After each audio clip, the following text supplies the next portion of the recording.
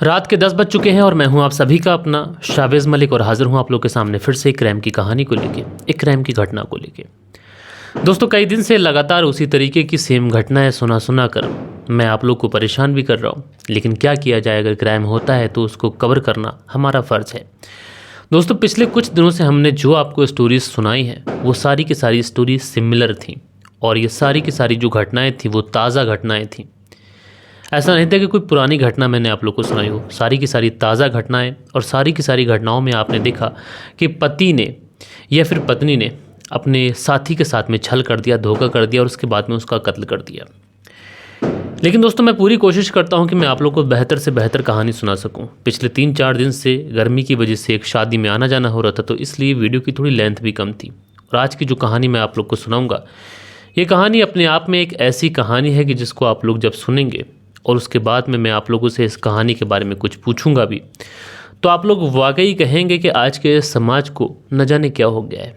और आप लोग अपने कमेंट्स करके हमें अपने सुझाव दीजिएगा कि आप लोग हमारी कहानी में क्या और ज़्यादा बेहतर चाहते हैं। आप लोग कौन सी ऐसी चीज़ें हैं जिन्हें अभी और भी ज़्यादा सुधार करने की ज़रूरत है, आप लोग कमेंट्स करके ज़रूर से ज़रूर बताइएगा।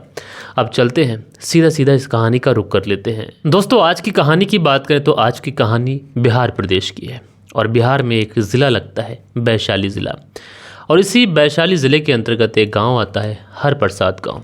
इसी गांव के अंदर बात करें कहानी की तो लगभग साल 2023 में मई महीने में इस कहानी की शुरुआत होती है। इसी गांव के अंदर एक शिव कुमार नाम के व्यक्ति रहा करते हैं। शिव कुमार नाम के जो व्यक्ति रहा करते हैं, इनकी पत्नी रहा करती है, साथ के साथ इनकी 2 बेटियां भी हैं। और शिव कुमार के चचेरे भाई और उनकी पत्नियाँ भी सेम ही इसी घर में रहा करते थे। दोस्तों, कहा जाए तो आज भी गांव के अंदर शहरों के मुकाबले ज़्यादा प्यार है, ज़्यादा रिश्तों के महत्व पता है। और शहर के अंदर भले ही भाई भाई का ना हो, लेकिन गांव के अंदर आज भी चचेरे तायरों में भी उतना ज़्यादा प्यार है जितना ज़्यादा सगे भाइयों में शहर के अंदर मौजूद नहीं है। लिहाजा इसी तरीके से ज़िंदगी गुजर रही थी। समय धीरे धीरे गुजरता है। जो ये शिव कुमार थे, मेहनत मजदूरी किया करते थे, परिवार में पैसे कम थे लेकिन परिवार खुश था, परिवार में खुशियाँ थीं। धीरे धीरे जब वक्त गुजरा तो जो बड़ी वाली बेटी होती है उसकी उम्र तकरीबन 13 साल के आसपास हो जाती है। जो छोटी वाली बेटी होती है उसकी उम्र तकरीबन 9 साल के आसपास हो जाती है। अब जब धीरे धीरे शिव कुमार को ये लगता है कि उसकी बच्चियां बड़ी होने लगी हैं, तो शिव कुमार के मन में भी अब ये आने लगता है कि बच्चों की शिक्षा की अच्छी व्यवस्था करानी चाहिए। क्योंकि जो गरीबी वाला जो परिवार हमने देखा है, जो गरीबी की ज़िंदगी हमने देखी है, हमारे बच्चे भी उसी गरीबी को देखें, ये कहीं ना कहीं ठीक नहीं होगा। लिहाजा हमारे ऊपर फ़र्ज़ है कि हम अपने बच्चों को काफ़ी ज़्यादा पढ़ाएं लिखाएं ताकि वो हमारा और हमारे परिवार का नाम रोशन करें और साथ के साथ गरीबी के इस अंधकार से हमको बाहर भी निकालें। इसलिए जो बेचारा शिव कुमार था, अब जी तोड़ मेहनत करता और अपनी बच्चियों का भरण पोषण करता और साथ के साथ उनकी अच्छी शिक्षा का भी बंदोबस्त करता। इधर जो बेटियां थीं, ये बेटियां भी परिवार में बहुत अच्छा एक तरीके से उनका रवैया था और सब लोगों से बहुत अच्छे तरीके से बात करना। बच्चियां जो थी वो कहती हैं कि पापा मोबाइल चाहिए, तो जो पापा शिव कुमार थे वो बेचारा मोबाइल भी दिलाता है। सारी ही चीज़ें बहुत एक्यूरेट तरीके से चल रही थीं। समय का पहिया लगातार चलता रहता है और शिव कुमार दास अपने बच्चों के भरण पोषण में, उनके खर्चों में, उनकी पढ़ाई लिखाई में, उनके शौक़ में किसी भी तरीके की कोई कमी नहीं आने देता है। शिव कुमार दास को लग रहा था कि उसकी जो बच्चियां हैं पढ़ने लिखने में काफ़ी ज़्यादा तेज़ हैं और आगे से चलकर वो उसके परिवार का नाम रोशन करेंगी। धीरे धीरे वक्त गुजरता है, समय गुजरता रहता है। समय का पहिया दोस्तों कहा जाता है कि किसी के लिए नहीं रुकता और इसी बीच में, इसी क्रम में एक तारीख आ जाती है 15 मई साल 2023। और इसी 15 मई साल 2023 को शिव कुमार के किसी दूर के रिश्तेदार की तरफ से शिव कुमार के घर पर एक शादी का इन्विटेशन आता है। अब शिव कुमार चूंकि सह परिवार आने का न्योता था, इसलिए शिव कुमार सोचता है कि चलो ठीक है, शादी करके आते हैं। लेकिन शादी की तैयारियां शिव कुमार कर रहा था। इसी बीच में शिव कुमार के जहन में एक बात आती है। शिव कुमार सोचता है कि अगर वो अपनी दोनों बच्चियों को शादी में ले गया तो 2-4 दिन का टाइम वेस्ट हो जाएगा और उसकी बच्ची जो है वो पढ़ाई कर रही है, तो ऐसे में उनकी पढ़ाई बहुत ज़्यादा बाधित होगी। इसलिए शिव कुमार अपनी दोनों बच्चियों के पास पहुंचता है और कहता है कि बेटा, शादी में जाना है, क्यों ना हम लोग चले जाएं और तुम लोग घर पे रह जाओ, क्योंकि अगर तुम लोग साथ जाओगे तो तुम्हारी पढ़ाई बहुत ज़्यादा हर्ज हो जाएगी, तो क्यों ना तुम लोग घर पे ही रह जाओ, मैं, तुम्हारी माँ और बाकी के लोग चले जाते हैं। तो जो बड़ी वाली बेटी होती है वो कहती है कि पिताजी ये तुमने बिल्कुल ठीक सोचा, क्योंकि मेरा भी शादी में जाने का मन नहीं था, क्योंकि पढ़ाई लिखाई का इतना ज़्यादा लोड है। इस वजह से अगर मैं 1-2 दिन भी स्कूल का मैंने बंक मारा तो हो सकता है कि मेरे ऊपर काम का और ज़्यादा बर्डन आ जाए, और पढ़ाई लिखाई अगर एक बार छूट जाती है तो जो उसको कवर करना पिछले वाले सिलेबस को बहुत ज़्यादा मुश्किल हो जाता है। लिहाजा जो शिव कुमार था अपनी बड़ी बेटी की इस बात से काफ़ी ज़्यादा खुश होता है। वो सोचता है कि उसकी बेटी पढ़ाई लिखाई के पीछे अपना जीवन समर्पित कर चुकी है। लिहाजा शिव कुमार जो था वो अपनी पत्नी और बाकी के लोगों के साथ में शादी में चला जाता है। इधर उसकी चाची और चाचा वगैरह जो लोग थे वो घर पे ही थे, और इधर शिव कुमार जो था वो शादी में जा चुका था। अब दोनों ही बच्चियां जो थीं वो घर पे मौजूद थीं। अब शिव कुमार जो थे 15 तारीख को ये शादी समारोह में गए हुए थे। 15 तारीख गुजर जाती है, 16 गुजर जाती है, 17 मई साल 2023 को ये लोग लौट कर आते हैं। शिव कुमार चूँकि जब घर आए थे तो इन्हें अपनी दोनों बेटियों का इंतज़ार था, क्योंकि दोस्तों जिस घर में बेटियां होती हैं उस घर में चहचहाट बहुत ज़्यादा होती है। शिव कुमार और उनकी पत्नी भी यही सोच रहे थे कि जब हम लोग घर में जाएंगे तो उनकी जो दोनों बच्चियां हैं ये बहुत ही बेसब्री से उनका इंतज़ार कर रही होंगी। कोई बच्ची आएगी, गोद में बैठेगी, कोई पानी लेके आएगी। इस तरीके से शिव कुमार तमाम उम्मीदें लेकर अपने घर आए थे। लेकिन जैसे ही घर के अंदर एंटर करते हैं तो घर का जो माहौल होता है ये माहौल अजीब सा माहौल होता है। यानी घर के अंदर सामान अजीब तरीके से बिखरा हुआ था। जो घर के अंदर चाची मौजूद थी उसका भी मूड बहुत ज़्यादा ऑफ था, न जाने ना वो किसी से बात कर रही थी ना चीत कर रही थी, बहुत ज़्यादा घबराई हुई परेशान सी थी। उधर जो बड़ी वाली बिटिया थी ये भी काफ़ी ज़्यादा परेशान सी थी, लेकिन जो छोटी वाली बच्ची घर में थी उसका कहीं कुछ पता नहीं था। और ये जो छोटी वाली बच्ची थी ये अपने पिता की बहुत ज़्यादा लाडली थी। अब जैसे ही ये पिता शिव कुमार अपनी छोटी लाडली को नहीं पाते हैं तो एकदम से इनका मन जो था वो उचाट खाने लगता है, क्योंकि छोटी वाली बच्ची जो थी वो अपने पिता के बिना एक पल भी नहीं रह सकती थी अगर पिता घर में हो, और पिता के पास वो दौड़ती हुई भागती हुई आती थी, कभी पानी का गिलास लेकर तो पिता से कभी किसी चीज़ का या फिर किसी ऐसे दुकान से कुछ सामान लेने के लिए वो अक्सर आ जाया करती थी। इसलिए शिव कुमार दास अपनी बड़ी वाली बेटी से पूछते हैं कि तुम्हारी छोटी बहन करीना कहाँ है। अब जैसे ही ये बात बड़ी वाली बेटी सुनती है कि करीना के बारे में पिताजी पूछ रहे हैं तो बड़ी वाली बेटी जो थी बहुत ही उदास मन से अपने पिता शिव कुमार को बताती है कि छोटी वाली बहन जो करीना है ये पिछले 1 दिन से गायब है। स्कूल गई थी, उसके बाद से लौट कर नहीं आई। हमने पूरे गांव में हर जगह ढूंढ लिया है, लेकिन कहीं पर भी करीना का कुछ भी पता नहीं है। अब जैसे ही बड़ी वाली बेटी के मुंह से शिव कुमार जब ये बात सुनते हैं तो उनको बड़ा अजीब सा लगता है। यानी उनकी 9 साल की बच्ची पिछले 1 दिन से गायब है, यानी ये मामला छोटा नहीं है, मामला काफ़ी ज़्यादा बड़ा है। लिहाजा शिव कुमार उनके पांव तले से तो ऑलरेडी ज़मीन खिसक चुकी थी। जो बैग सामान बेचारे लेके आए थे वो वहीं पर फेंकते हैं। अब जो शिव कुमार की पत्नी होती है ये वहीं पर रोने लग जाती है, उसको छुपाते हैं, ढांढस बताते हैं, कहते हैं कि तुम चिंता मत करो, करीना को हम लोग ढूंढ निकालेंगे। उसके बाद शिव कुमार जो थे दौड़े दौड़े भागे भागे जो थाना पड़ता है जगदहा थाना, वहाँ पहुँचते हैं।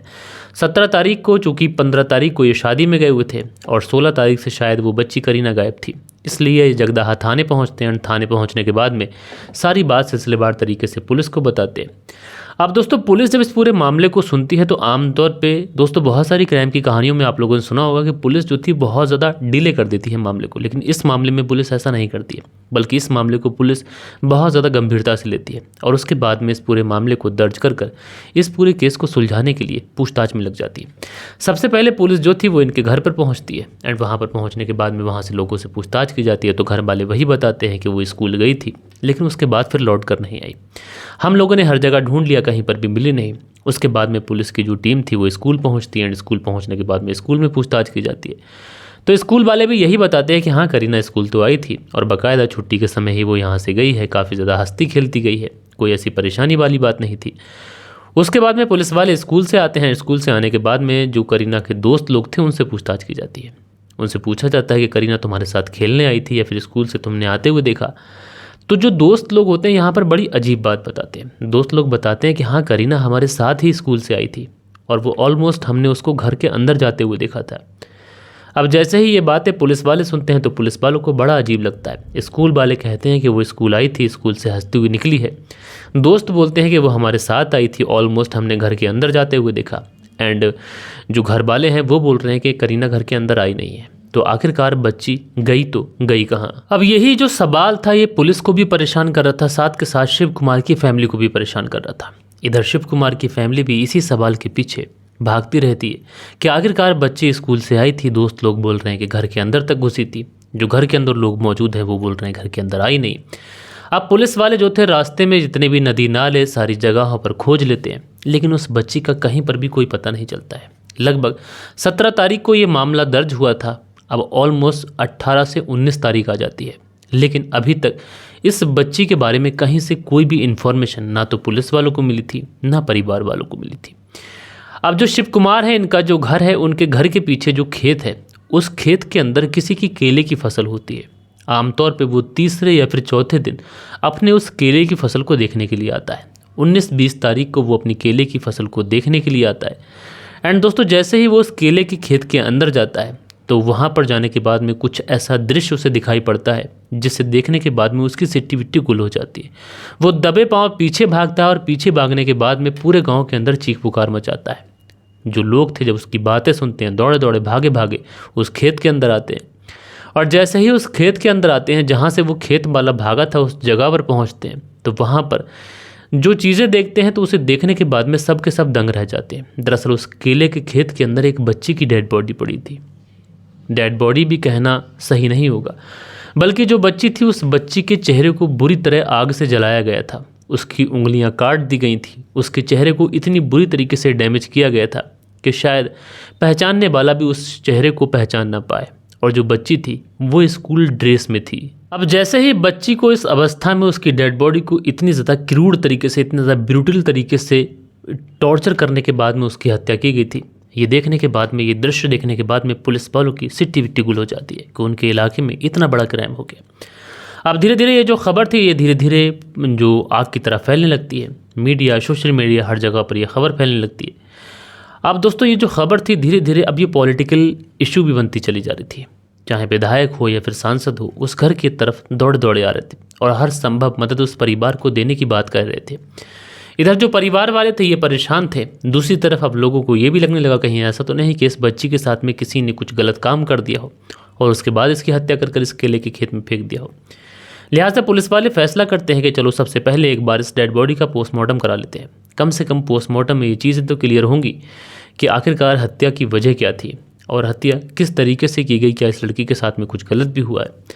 दोस्तों, उसके बाद में पोस्टमार्टम के लिए रिपोर्ट, जो डेड बॉडी थी वो भेज दी जाती है। पोस्टमार्टम की रिपोर्ट आती है और रिपोर्ट में ये बहुत अच्छे तरीके से लिखा हुआ था कि इस लड़की के साथ में किसी भी तरीके का कोई गलत काम नहीं हुआ है, बस इस लड़की की बहुत ही ज़्यादा ब्रूटली तरीके से हत्या की गई है। अब ऐसे में पुलिस के सामने जब ये सारी चीज़ें हो जाती हैं तो पुलिस जो थी, चाहे वो डॉग स्क्वाड की टीम हो, चाहे वो FSL की टीम हो, चाहे और भी कुछ फॉरेंसिक टीम है या फिर पुलिस की टीम, अब इसी चीज़ों को खंगालने में लग जाती हैं कि आखिरकार हत्या किसने, क्यों और किस बिना पर की। लिहाजा सारी ही जगहों पर बहुत ही बारीकी से चेक करने के बाद में जब पुलिस को कहीं से भी कुछ नहीं मिलता है तो यहीं से पुलिस के जहन में ये चीज़ें भी आती हैं कि हम जब स्कूल गए थे तो स्कूल वालों ने बोला था कि लड़की घर पे गई थी। दोस्तों से पूछा था तो दोस्तों ने बताया था कि लड़की हमारे साथ हंसती खेलती ऑलमोस्ट घर तक आई है। वहीं दूसरी तरफ जब घर वालों से पूछा गया तो उन्होंने कहा कि लड़की घर नहीं आई थी, जबकि लड़की की जो डेड बॉडी है वो उसके घर के जस्ट पीछे मिली है। तो एक बार अगर घर वालों से भी पूछताछ कर ली जाए, घर को भी चेक कर लिया जाए, क्योंकि कातिल जब कहीं नहीं मिल रहा है तो हो सकता है कहीं ऐसा तो नहीं कि कातिल घर के अंदर ही छुपा हुआ है। लिहाजा फिर क्या था, पुलिस जो थी वो इस घर के अंदर इंटर होती है। और जैसे ही दोस्तों इस घर के अंदर पुलिस की टीम इंटर होती है, साथ के साथ डॉग स्क्वाड की टीम भी इंटर होती है, FSL की टीम भी इंटर होती है और भी कुछ फॉरेंसिक टीमें, क्योंकि ये मामला ऑलरेडी बहुत ज़्यादा तूल पकड़ चुका था, इसलिए पुलिस इस पूरे मामले में कोई भी रियायत, कोई भी ढील बरतने वाली नहीं थी। अब जैसे ही पुलिस वाले इस घर के अंदर जाकर छानबीन शुरू करते हैं तो अचानक से डॉग स्क्वाड की टीम में जो डॉग होते हैं वो अचानक से भौंकने लगते हैं। जिस कमरे की तरफ वो भौंक रहे थे तो पुलिस वाले उस कमरे को खोलकर जब देखते हैं तो उनके होश उड़े के उड़े रह जाते हैं। दरअसल इस कमरे के अंदर खून के कुछ छींटे मौजूद थे। अब जैसे ही पुलिस वालों को वो खून के छींटे इस घर के अंदर दिखाई पड़ते हैं तो पुलिस वालों को अब ये समझने में देर नहीं लगती कि हत्या यहीं पर की गई थी। अब जब हत्या घर के अंदर की गई थी तो कातिल कोई बाहरी हो नहीं सकता। लिहाजा अब पुलिस जो थी वो यहाँ पर पता करती है कि जिस समय ये सारे लोग शादी में गए हुए थे 17 मई साल 2025 को, तो उस समय इस घर के अंदर कौन कौन मौजूद था। तो पता ये चलता है कि इस घर के अंदर महज एक 13 साल की बच्ची जो कि इसकी बड़ी बहन है और दूसरी इसकी चाची मौजूद थी और कोई मौजूद नहीं था। अब चूंकि घर के अंदर चाची और ये बच्ची ही मौजूद थी तो ले देकर अगर किसी से कुछ पूछताछ करनी थी तो बस इस चाची और इस चच्ची से ही करनी थी, चाची और इस बच्ची से ही करनी थी। उसके बाद में इस चाची और बच्ची से पूछताछ की जाती है और साथ के साथ उस कमरे को और भी ज़्यादा बारीकी से चेक किया जाता है। लेकिन दोस्तों, जब पुलिस की एक टीम उस कमरे को बार बार चेक करती है तो वहीं पर जो बेड था, उस बेड के तकिए के नीचे एक मोबाइल और 4 सिम कार्ड मिलते हैं। अब जैसे ही पुलिस को वो 4 सिम कार्ड और एक मोबाइल मिलता है तो पुलिस समझ जाती है कि जो मामला है ये मामला कुछ और है। लिहाजा पुलिस वाले जो थे अब कॉल डिटेल के आधार पर एक नंबर निकालते हैं, जिस नंबर पर कई बार बात हो रही थी। ये नंबर पास ही के ज़िले समस्तीपुर के एक नीरज नाम के लड़के का था। लिहाजा पुलिस जो थी अब तुरंत इस नीरज को अरेस्ट करती है, साथ के साथ इस चाची और इस 13 साल की बच्ची को अरेस्ट करती है। इन तीनों को लेकर पुलिस थाने जाया जाता है और जब सख्ती से इन तीनों के साथ में पूछताछ की जाती है तो शुरुआत में तो ये लोग पुलिस को कुछ बताने से इनकार करते हैं, लेकिन जब पुलिस इनके ऊपर सख्ती दिखाती है तो ये दोनों पुलिस के सामने टूटते हैं और टूटने के बाद में एक ऐसी कहानी सुनाते हैं जिस कहानी को सुनने के बाद में मेरा भी कलेजा कांप जाता है। वास्तव में दोस्तों, इस कहानी की शुरुआत होती है अब से तकरीबन 2 महीने पहले से। दरअसल ये तीनों जो कहानी बताते हैं उस कहानी के हिसाब से इस घर के अंदर जो बड़ी बेटी थी जिसकी उम्र महज 13 साल के आसपास थी, अप्रैल के महीने में ये लड़की, चाहकर भी मैं इस लड़की का नाम नहीं ले सकता क्योंकि लड़की नाबालिग है, ये लड़की अप्रैल के महीने में अपने घर से बाहर कहीं मार्केट जाती है एंड वहीं पर इसकी मुलाकात इस नीरज से होती है जो नीरज समस्तीपुर का रहने वाला है। नीरज बालिग है। अब नीरज से जब इसकी मुलाकात होती है, नीरज इस लड़की को देखता है, ये लड़की नीरज को देखती है। नीरज उसके बाद में आगे बढ़ता है, इस लड़की से इसके मोबाइल नंबर के बारे में पूछता है क्या तुम मोबाइल चलाती हो? तो ये लड़की कहती है कि हाँ मोबाइल चलाती हूँ। उसके बाद में नीरज इसका मोबाइल नंबर मांगता है, ये अपना मोबाइल नंबर नीरज को देती है और नीरज का मोबाइल नंबर खुद ले लेती है। उसके बाद में ये लड़की अपने घर आ जाती है, नीरज अपने घर चला जाता है। लेकिन जैसे ही ये लड़की घर आती है तो इस लड़की के जहन में यही चल रहा था कि शायद नीरज की कोई कॉल आ जाए, उधर नीरज के जहन में ये चल रहा था कि शायद उस लड़की की कोई कॉल आ जाए। लेकिन नंबर तो इन दोनों के पास में थे, इसलिए कर रहा दिल कर दोनों एक दूसरे का नंबर हाय हेलो चालू करते हैं। और दोस्तों, उसके बाद में जब हाय हेलो चालू करते हैं तो लगभग 15 से 20 दिन के बाद में ही इनके अंदर जो मोहब्बत वाले जरासिम होते हैं वो जम जाते हैं एंड उसके बाद में इन दोनों की जो मोहब्बत थी वो परवान चढ़ जाती है। अब दोस्तों, जब इन दोनों के बीच में मोहब्बत होती है तो उसके बाद में जो लड़का था नीरज, अब ये इस लड़की से मिलने की ख्वाहिश करता। लड़की जो थी 13 साल की इसकी उम्र थी, ये कहती है कि गाँव के अंदर तो ऐसी कोई जगह है नहीं जहाँ पर मैं तुमसे मिल सकूँ, लिहाजा अगर कोई वक्त होगा मिलने का तो तुम्हें ज़रूर बताऊंगी। धीरे धीरे वक्त गुजरता है, लड़की की माँ को भले ही ना पता चले, लेकिन लड़की की जो चाची होती है वो समझ जाती है कि जो लड़की है ये किसी से मोहब्बत करती है। और यहाँ पर कायदे से इस चाची को अपनी उस भतीजी को रोकना चाहिए था, लेकिन यहाँ पर ये जो चाची थी ये भी इन सारी चीज़ों में इन्वॉल्व हो जाती है। उसके बाद में ये उस लड़के से बातचीत करने लगती है, धीरे धीरे बातचीत करती है और उसके बाद में ये चाची भी उस लड़के के साथ में चक्कर चला लेती है नीरज के साथ में। यानी कायदे से नीरज की अब इस घर के अंदर 2 माशूकाएँ हो चुकी थी, एक वो 13 साल की लड़की और एक ये शादीशुदा चाची।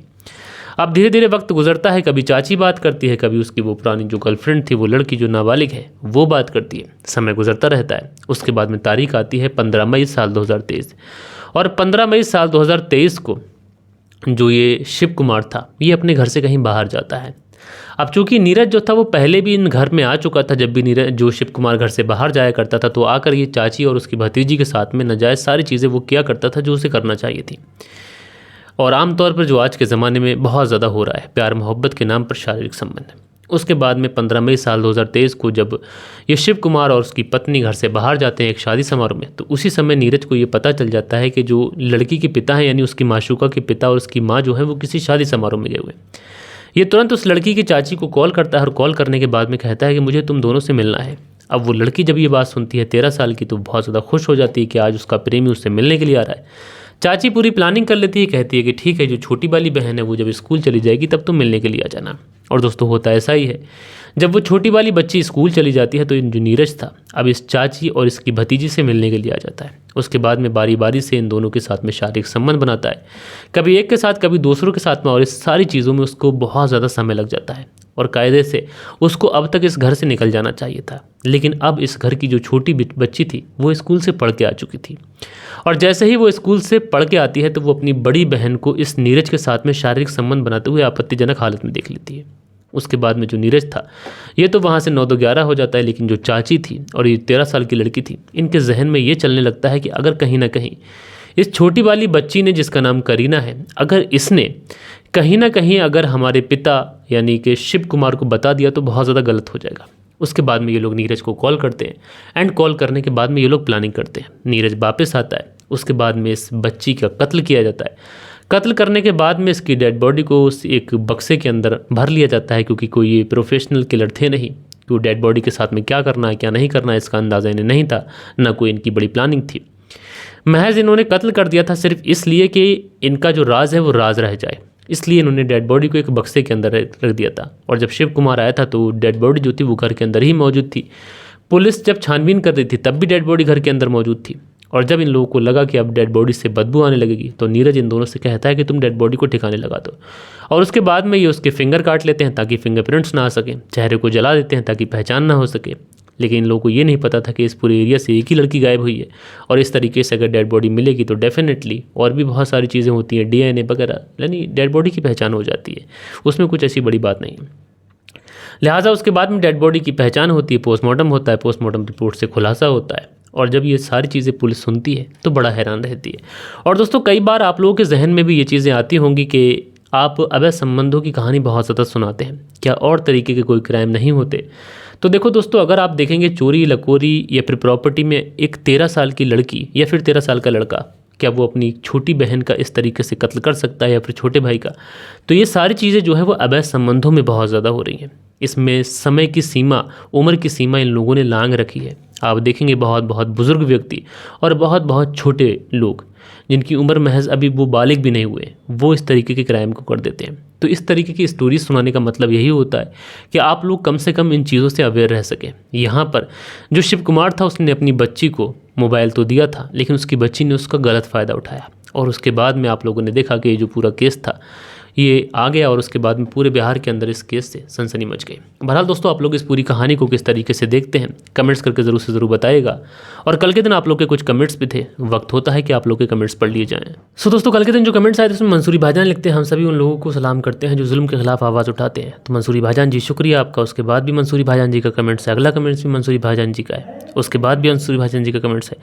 जावेद अंसारी कमेंट्स करते हैं, बहुत बहुत शुक्रिया। सुरेंद्र शर्मा कमेंट्स करते हैं, बहुत बहुत शुक्रिया। मंसूरी भाईजान जी कमेंट्स करते हैं, बहुत शुक्रिया। हासिबुल अंसारी जी कमेंट्स करते हैं, मंसूरी भाईजान कमेंट्स करते हैं, जयप्रकाश जी कमेंट्स करते हैं, रजनी मौर्य जी कमेंट्स करते हैं, उसके बाद में प्रियंका सिंह कमेंट्स करती हैं, और मंसूरी भाईजान, राजेंद्र कुमार जी, हसीबुल अंसारी जी और साहिल खान जी, अशफाक अहमद जी अपने प्यारे प्यारे कमेंट्स करते हैं। उसके बाद में शर्मा KTN करके हैं, फरीदाबाद से सुनते हैं, मंसूरी भाईजान जी कमेंट्स करते हैं। प्रियंका सिंह है, लिखते हैं सॉरी भाई 3 दिन से मैं कमेंट्स नहीं कर पाई, शुक्रिया आपका। रेनुल त्यागी जी कमेंट्स करते हैं, नसीर अहमद जी कमेंट्स करते हैं, मोहम्मद आदिल जी कमेंट्स करते हैं, हसीबुल अंसारी जी कमेंट्स करते हैं, मंसूरी भाईजान जी कमेंट्स करते हैं, वालिश बिहारी, अशफाक अहमद, छोटा बच्चा, और उसके बाद में जवधामी, और उसके बाद में परवेज़ आलम, मंसूरी भाईजान, और उसके बाद में भी अगले जो कमेंट्स प्रकाश सिंह और मंसूरी भाईजान जी के हैं। सो दोस्तों, ये कुछ प्यारे प्यारे कमेंट्स थे जो कल के दिन आप लोगों ने किए थे। आशा करता हूँ कि आज की जो कहानी है आप लोगों को ज़रूर से ज़रूर पसंद आई होगी। कहानी पसंद आई हो तो एक लाइक करिएगा, दोस्तों और मित्रों के साथ में ज़रूर शेयर करिएगा। मिलता हूँ दोस्तों कल के दिन किसी और क्राइम स्टोरी के साथ में। जब तक के लिए अपना ख्याल रखें, देश का ख्याल रखें, परिवार के रिश्तों की अहमियत को समझें। जय हिंद, जय भारत।